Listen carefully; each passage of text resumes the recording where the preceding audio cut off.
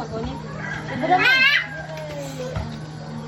Nakay, 5,000 dira. Pwede makagatas si baby. Oo.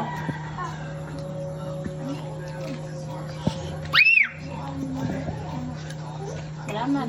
Kana ato sa balay. Sige. Hindi ko sa diri. Mag-snacks at na. Lamig. Hugaw imong kuan. Nahugaw imong mata. Asan na unta ka? Atras kasada. Ay, tanawa eh. Nag-trending ka. Tanawa. Asa ba? Sure.